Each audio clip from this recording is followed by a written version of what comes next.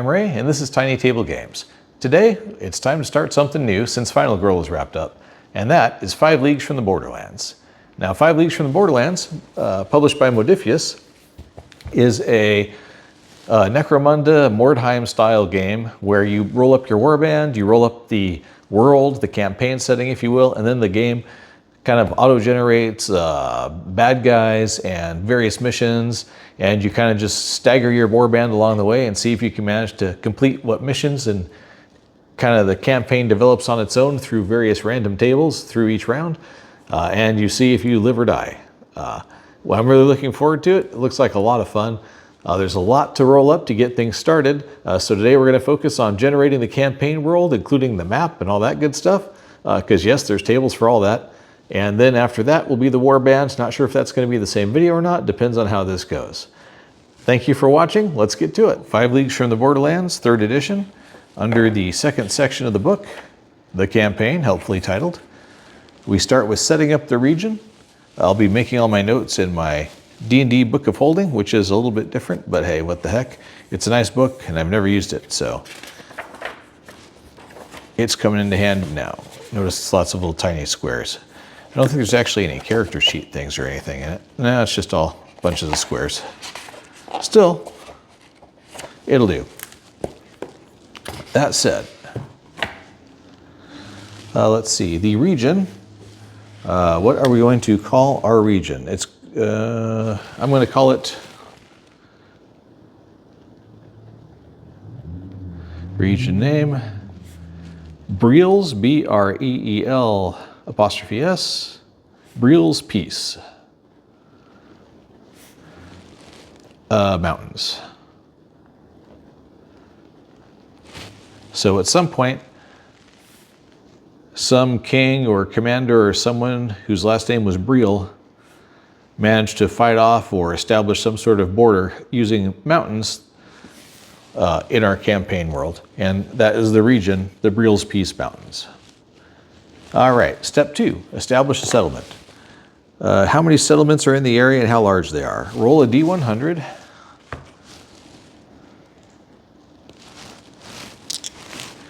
The purple die will be the tens die. And it's on the settlement chart right here.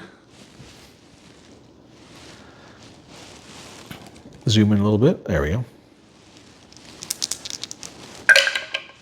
So we got 85. 85 means we'll have 2 hamlets, 1 village, 1 town. So hamlet number 1, hamlet number 2,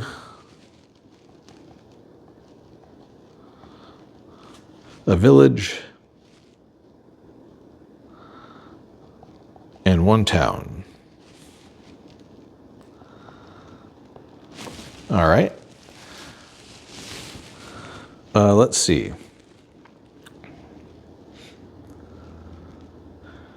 Next, roll on the settlement type table for each settlement, adjusting the roll -10 for hamlet and +10 for a town.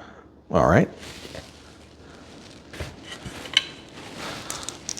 So let's see, for hamlet number 1, we'll name these after we find out what kind of settlements they are. We have a 76. A 76 makes it a market town. Oops, except it's -10, so it's 66, which actually doesn't change it. Still market town. Market town.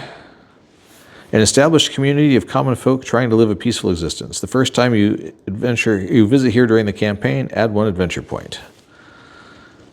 That's cool. +1 adventure point for first visit. I'll just add that in the notes because I don't know how often I'll refer to that, but we'll see. Okay. Hamlet number 2, again, -10.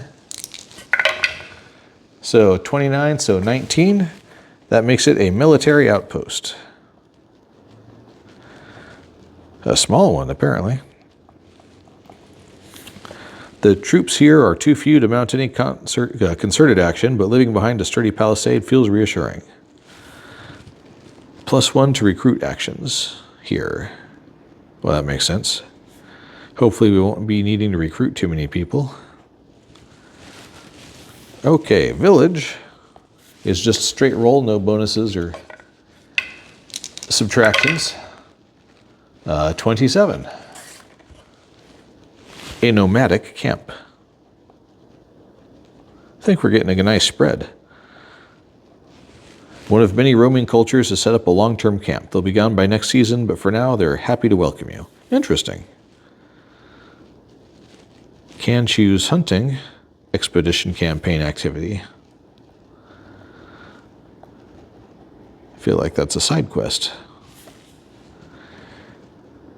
Campaign activity.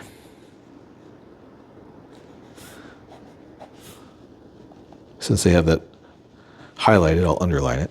And finally, our town, which gets a +10 to the settlement type table roll. 38, so 48. A manor. Well, that fits. I'm kind of pleased with how that's working out. The community has gathered at the gates to an extensive manor of a local noble. If you visit the blacksmith here, apparently they have a blacksmith, because it's a town after all, you may pay to repair 2 items.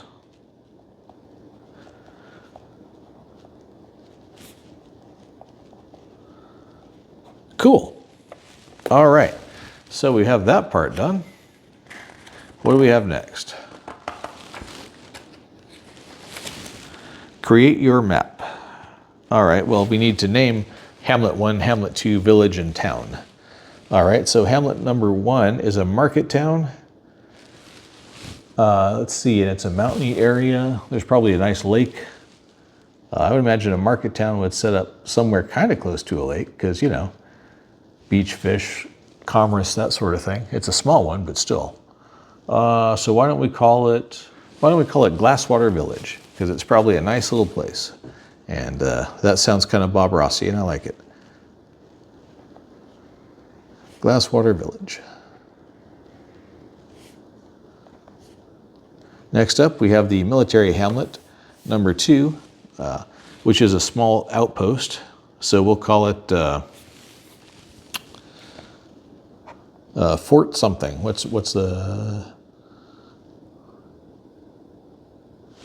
Fort?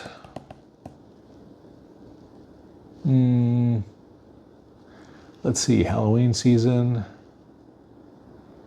Fort Crane for Ichabod.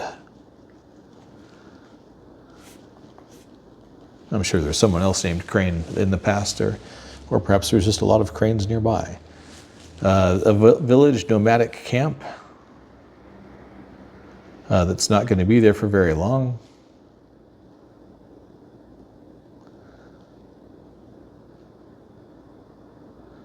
They probably set up in roughly the same place each year as they drift around. So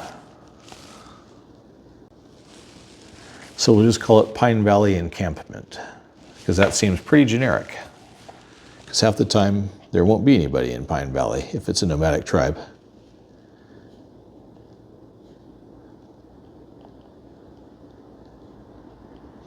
Pine Valley Encampment. All right. And at last we have a town, which is probably in the foothills overlooking the, well, maybe. It's hard to say. Foothills are rough to live in. Better to be on the plains outside the edge of the mountains, and that's always safer anyway. So if it's probably agricultural, given how good the rains probably are there off the mountains, and the snow melt and all that good stuff. So let's say, and I imagine skiing's not really a thing given the time frame of the game. Can't imagine Conan on skis, for example. Let's call it the Applewood Manor, because they probably have orchards.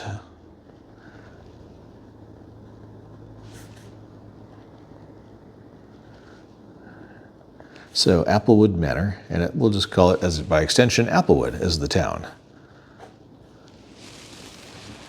All right, there are our regions. Now we need to draw our map. The instructions are you can borrow a map from existing or create your own.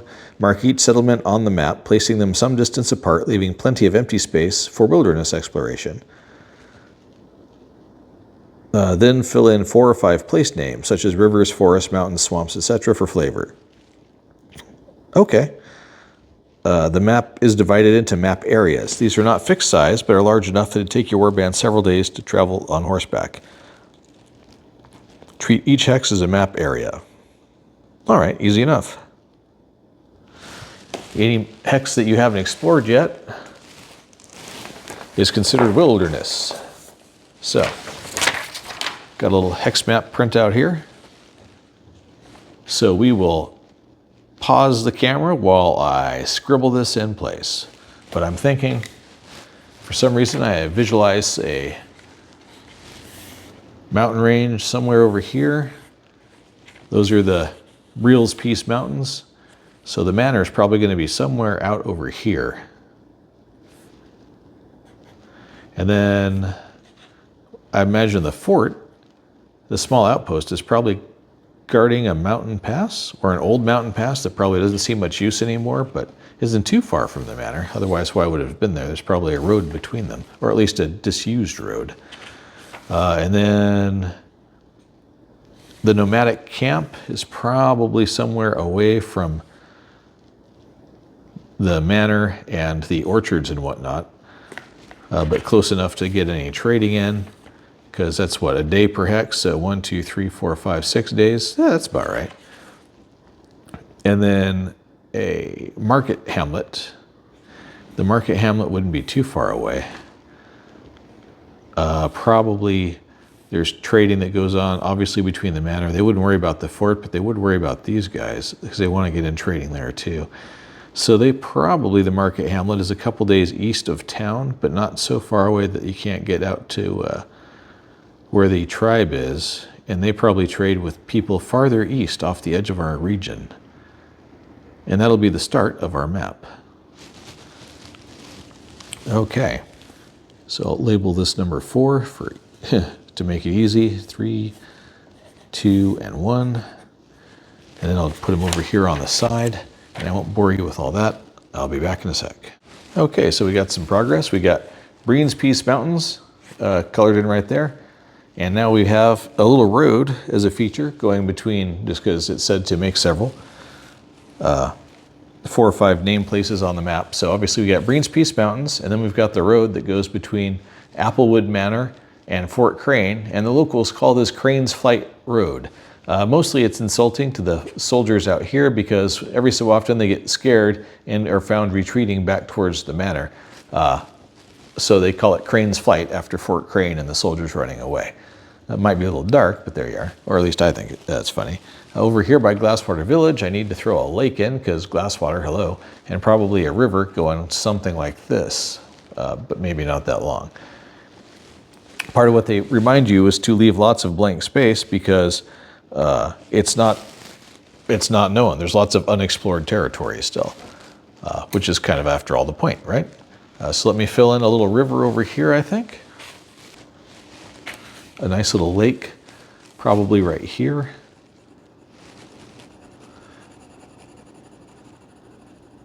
Yes, I realize the lake is not the entire hex, but for our purposes it'll do. There's definitely some territory around it.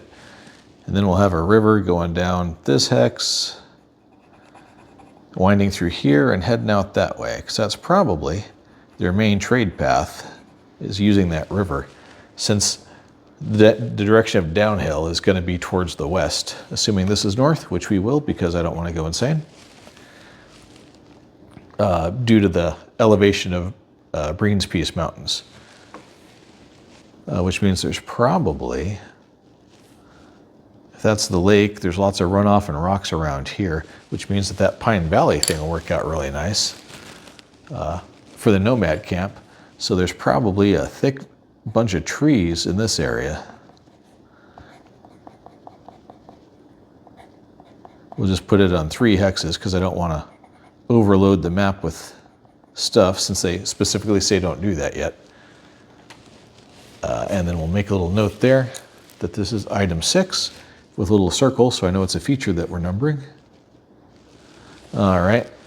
So we got, I don't know, for our little river, we'll call it,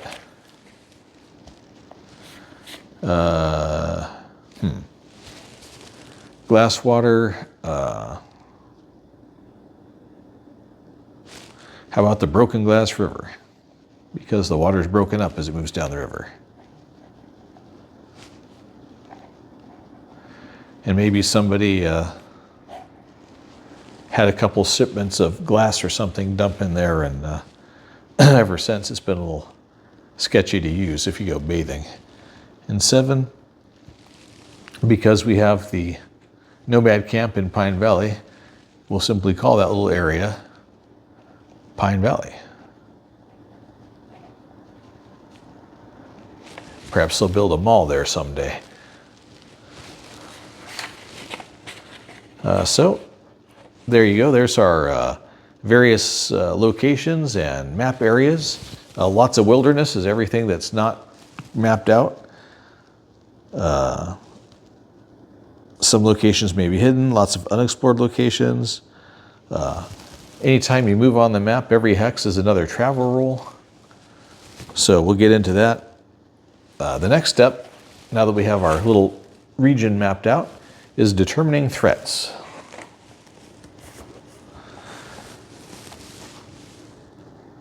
There we go. Let's see. There are 2 categories of threats, foes within and foes without. Oh, well, that's good to know. Select 2 foes within. All right, so let's roll away for that, because, hey, I'm nothing if not a fan of big tables. So, ot7, the ruin within. Criminals and murderers compelled by a dark power. Okay, well. So, we'll put down on the little tablet here, foes within. Number 1 foe within is the ruin within. Ruin within. Sounds like some sort of thieves guild or something. Not much else. Bandits and break-ins is what their point is there.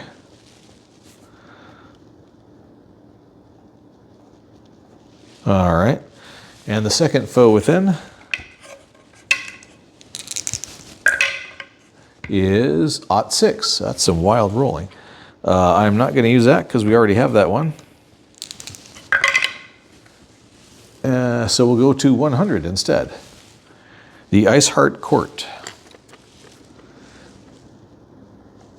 That's interesting. The Iceheart Court. Cruel Elf King leading the armies of the Old Forest. Well, I mean, that fits. Tree Folk and Fae. That totally fits. With Breen's Rest Mountains and the Pine Valley. All right. Feel good about that. Next, foes without. Select 1. Well, we're not going to select, we're going to roll, because, hey, that's what we do.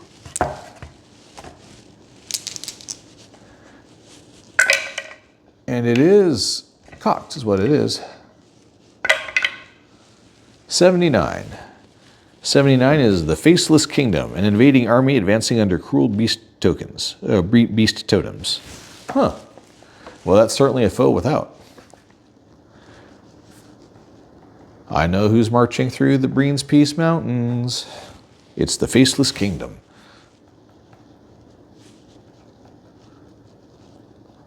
Probably. Because I assume the civilized lands are further west. And to the east is our problem with the Faceless Kingdom. This is shaping up to interesting things already, right? I think so anyway. Step 5, establish the threat. You should have 3 types of threats. Okay, select 1 as the primary and give it level 6, and the other 2 as threat level 5. All right, Well, I think the Faceless Kingdom is certainly the level 6. And the Bandits and Brigands is definitely the level 5, and the Iceheart Court, the Tree Folk and the Fae are probably also level 5.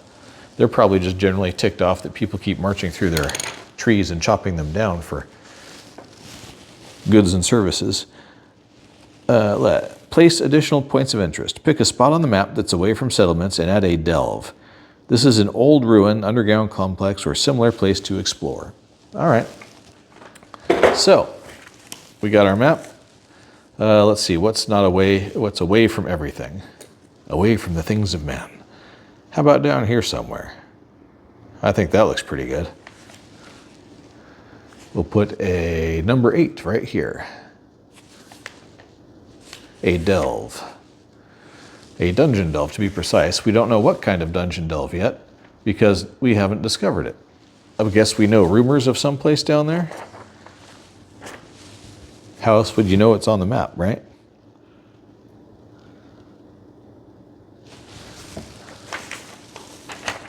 So we will call this delve, we'll call it Springthorn, because there used to be a lot of thorns that grew in the valley right around there every spring. So once there was a town named Springthorn, and it was located at number 8. And perhaps that's where the elves and fae of the Iceheart Court used to trade with the humans and whatnot in the valley until things went south many moons ago. All right. Do we place this? Pick a second spot to add an unexplored location. To find out what it is, you will need to search it out. Okay? We'll put our next unexplored location up here. 9. Not incredibly far away, but far enough to be interesting. Unexplored location. We won't know till we get there. Finally, for each of the 3 threats, place a camp. Place them anywhere you like in the wilderness. These are areas the enemy uses as temporary headquarters. Okay, so I guess we have some inkling of where these people are at. So for the Ruin Within, the Thieves Guild folks, or bandits, they're obviously going to be somewhere out here, I think. Because they want to be able to snipe trade from everywhere.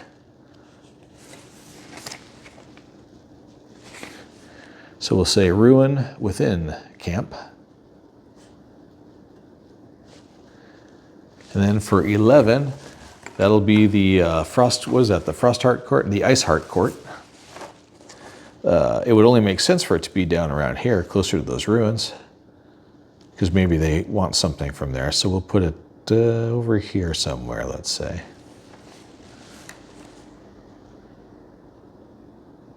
Yeah, I like that.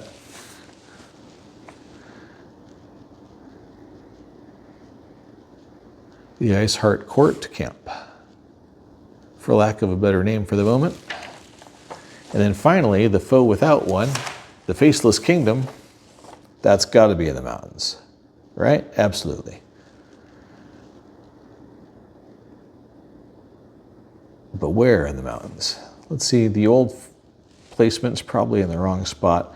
The nomads aren't idiots, so they'd be camped out somewhere like that. Because remember, this is number 1 right here, so I don't lose it in the forest. Haha.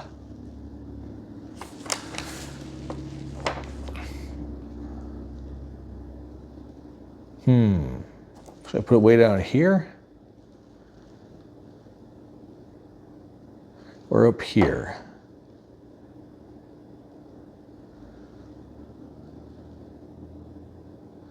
That's a tough one. Well, this is a ruin. This is the Iceheart camp. So I'm going to say these guys are in the mountains, because I don't think they've got very far yet. The Faceless Kingdom, all right, 12. So we're going to put these guys in the mountains.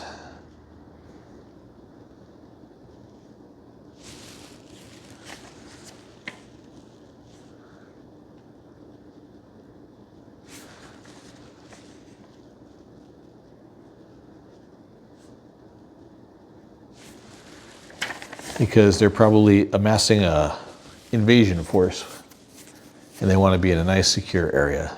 And they're probably looking for a good slick route through these mountains where they can move their forces. All right. Now what do we got? Note down hideouts. Yep, did that. Oh, sorry. No, we didn't do that. These locations all exist in their own map area and require travel to get there, for sure. Yep. Okay, step 7. Note on your warband roster sheet that each threat has a hideout somewhere in the region. Yep. These are hidden and must be discovered before you can attack them. As such, do not place them on the map. Didn't it just tell us to do that? For each of the 3 threats, place a camp. Yep. Note on your warband roster that each threat has a hideout. Oh, okay, that's different than the camp. Okay. All right. I'm with it now. So, not listed, but we'll put it over here. 3 hideouts.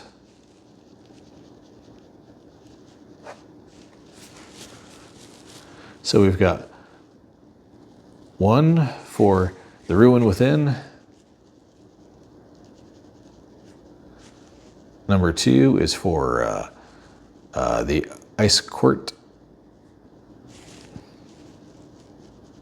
Ice Heart Court. And number 3 is for the Faceless Kingdom.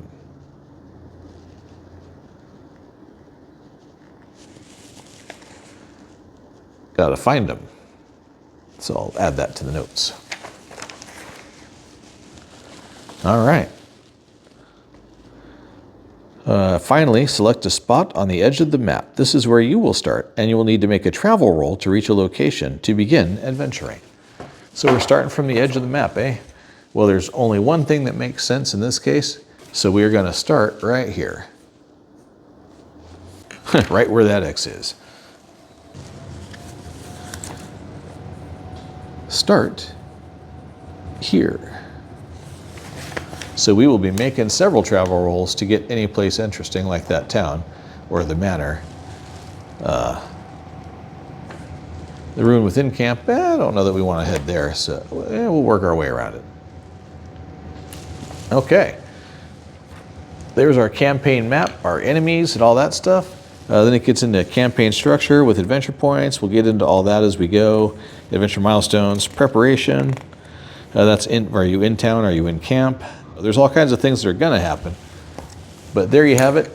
There is Breen's Peace Mountains and our overall adventuring area for our 5 Leagues from the Borderlands game. Next up is going to be creating our adventuring band. So stay tuned for that. So hopefully you found that interesting. I do. I always enjoy building maps and stuff like that, but I've been a DM for Dungeons & Dragons for years and years and years and years. And creating all kinds of little procedural things is always so interesting to me. And creating the stories that come out of the dice rolls and various things is half of the fun, in my opinion. Whether the warband lives or dies, you create interesting stories, and that's really the point of the games. We'll see you next time when I'm making up the warband for 5 Leagues. We have a couple other things coming up. It's still Halloween, so Penny Dreadful is another board game that we'll be doing soon because it's all scary, horror-y, and all that sort of thing. Spoilers with that one, I believe, because it's kind of like one of those solve the mystery things, and then you're done. But we'll see how it goes. Thank you again for watching, and I hope you have a great day.